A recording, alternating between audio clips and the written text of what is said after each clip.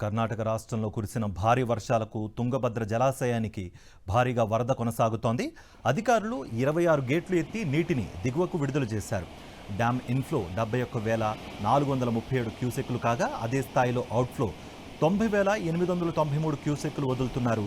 పూర్తిస్థాయి నీటి మట్టం 105 టీఎంసీలు కాగా ప్రస్తుత నీటి మట్టం 75 టీఎంసీలకు చేరింది.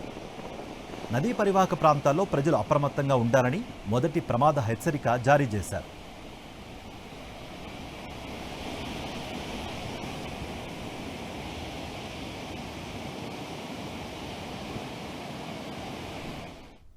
శ్రీశైలం జలాశయానికి వరద ఉధృతి కొనసాగుతోంది.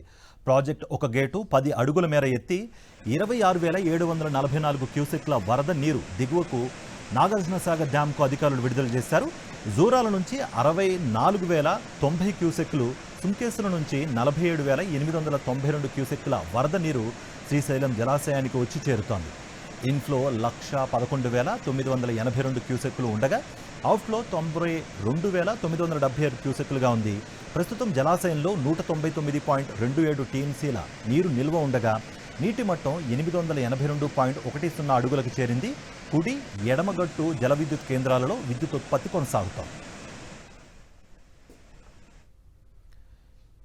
వర్షాల కారణంగా కృష్ణానదికి వరద పోటెత్తుతోంది. దీంతో నాగార్జునసాగర్ ప్రాజెక్ట్ జలకళ సంతరించుకుంది.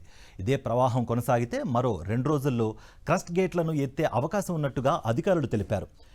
ఇన్ఫ్లో 1,18,100 క్యూసెక్ల నీరు వచ్చి చేరుతుండగా అవుట్ఫ్లో 35,045 క్యూసెక్లుగా ఉంది. ఇప్పటికే 289.36 టీఎంసీల నీరు నిల్వ ఉండగా నీటి మట్టం 582.20 అడుగులకు చేరింది.